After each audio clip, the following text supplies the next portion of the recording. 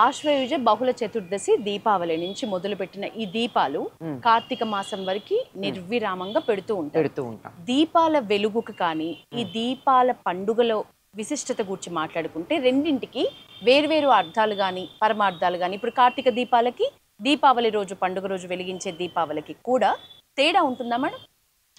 దీపావళి నాడు ఆనందోత్సాహాలతో వెలిగించుకుంటామమ్మా. కార్తీక మాసం అంతా వాతావరణంలో వేడి కలిగించడం కోసం వెలిగించుకుంటాం. ఎందుకంటే ఈ ఋతువంతా కూడా చలి. అవును. మొత్తం అంతా కూడా సూర్యుడికి భూమి చాలా దూరంగా ఉండే రోజులు.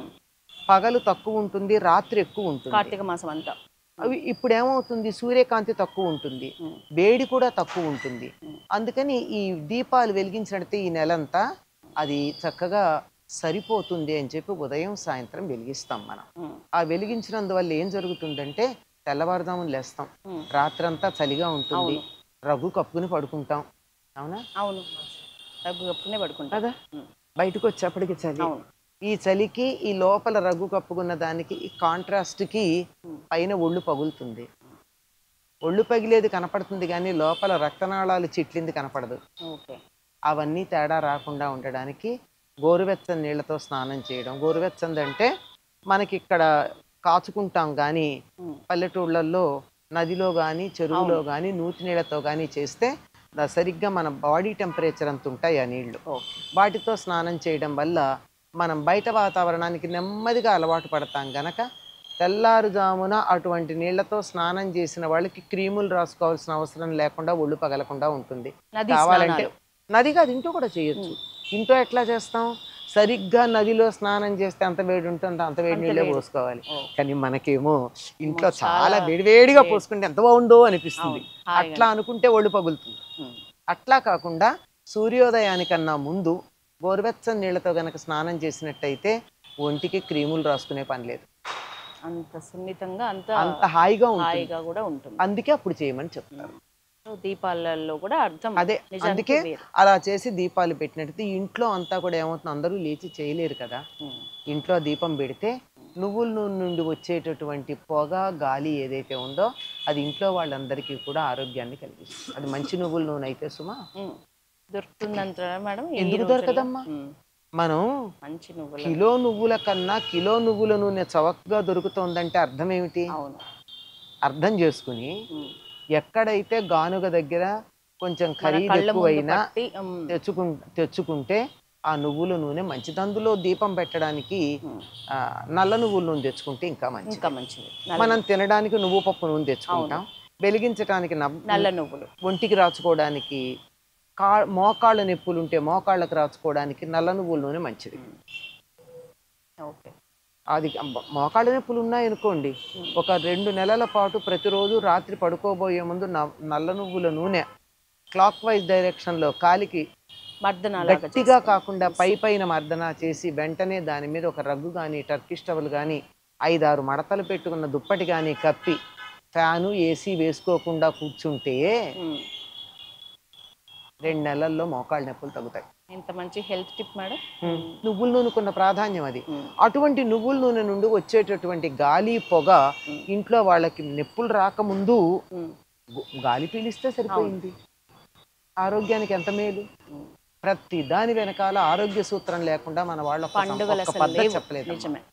ప్రతి పండగలోనూ ఆరోగ్యం ఉంది, పర్యావరణం ఉంది, ఖగోళ శాస్త్రం ఉంది, అన్నీ ఉన్నాయి, సామాజిక స్పృహ ఉంది. మేడం ఇప్పుడు ఇందాక మీరు చెప్పినట్లు నువ్వుల నూనెతో వెలిగిస్తే మంచిది అని, అట్లనే దీపావళి రోజు తప్పకుండా చేయాల్సిన మంచి పనులు అంటే ఏం చెప్తారు?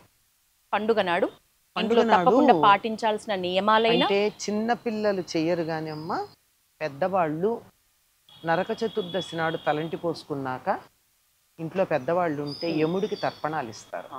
ఓకే. దీపావళి నాడు కూడా అమావాస్య గనక అది పితృదేవతలకు సంబంధించిన తిథి గనక ఆనాడు కూడా తర్పణాలు ఇస్తారు. ఓకే. అందుకే సాధారణంగా అంటారు కదా పితృదీపాలు,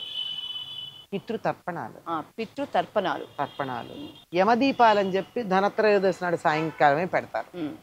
యమదీపాలు అంటే యముడికి సంబంధించి ఇవి పెట్టినప్పుడు అందుకే చాలా మంది దీపావళి నాడు కొత్త బట్టలు కట్టుకోరు, పితృదేవతలను ఆరాధిస్తాం కదా, అందుకని నేను నరక చతుర్దశి రోజున కట్టేస్తాను. దీపావళి రోజు కట్టుకోకుండా కట్టుకోరు కొంతమంది, కొంతమంది, అందరూ కాదమ్మా.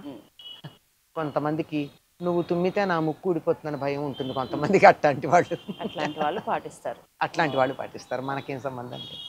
ఖచ్చితంగా పాటించాల్సిన నియమాలు అంటే దీపాలు వెలిగించుకోవడం, టపాకాయలు కాల్చుకోవడం, సాయంత్రం దీపాలు వెలిగించటానికన్నా ముందు, అంటే ఇంకా తులసి పూజ చేసి కదా దీపాలు పెడతాం, దానికన్నా ముందు మగపిల్లల చేత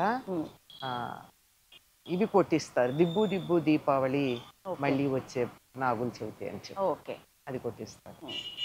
అది కూడా తప్పనిసరిగా చేసి అది కొట్టిన తర్వాత వచ్చి ఆ తర్వాత కాళ్ళు చేతులు కడుక్కుని మండుతున్న నిప్పుల మీద సాంబ్రాణి కానీ ఇది కానీ వేసి, గుగ్గిలం కానీ వేసి, అప్పుడు మిఠాయి తిని అప్పుడు దీపాలు పెట్టుకుని టపాకాయలు కాల్చుకుంటారు. ఆ కొట్టించే విధానం మేడం అబ్బాయిల చేత ఏం లేదు, గోగు పుల్లలు ఉంటాయి కదా, ఇప్పుడే గోగు పంట వస్తుంది మనకి, ఆ గోగు పుల్లలకి పెద్ద పెద్ద ఇది కడతారు పొత్తులు, అవి వెలిగిస్తారు నూనెలో ఉంచి, అవి వెలిగించి దక్షిణపు దిక్కుగా తిప్పి వాళ్ళ చేత కొట్టిస్తారు. అది చాలా ఏళ్ళ నుంచి వస్తున్న ఒక ఆచారం. ఎందుకంటే పితృదేవతలకి ప్రధానమైనటువంటి ఇది ఒక రకంగా పితృదేవత ఆరాధన దీపావళి.